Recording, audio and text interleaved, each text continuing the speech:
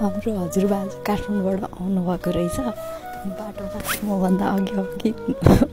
हुनुहुन्छ होइन म चाहिँ हजुरबा टाढै हिँड्नुभएको बुवा भन्छु टाढै पुग्नु पर्ने हो बुवा टाढैबाट आउनु भयो बुवा किन नबोल्नु भएको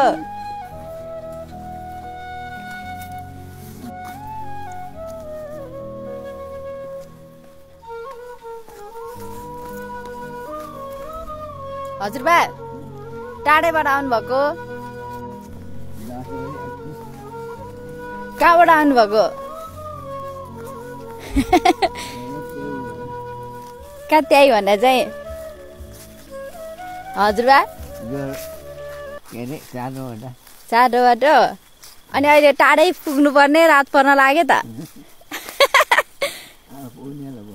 पुग्ने बेला भयो घर आइपुग्यो हो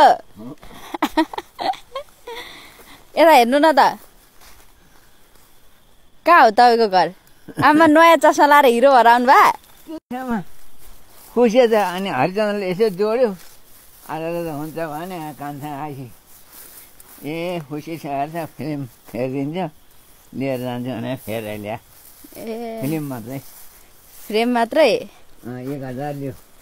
फ्रेमको 1000 1200 भन्छ रे ए त्यो काट्नु नमिल्ने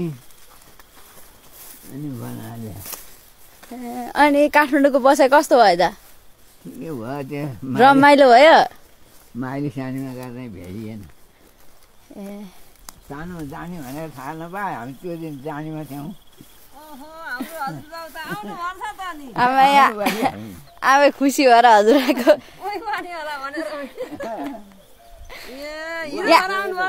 यहाँ आमालाई पिर परेको थियो होइन हजुर नआउने भनेर आउनु भएको रमाइलो भयो बेलुका चाहिँ सुन्नै हो नि के को म हो नि म हुन्छ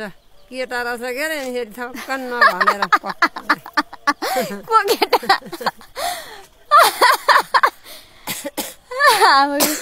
तपाईँको भिडियो बनाऊ कि म गएँ कपडा चेन्ज गरेर आउँछु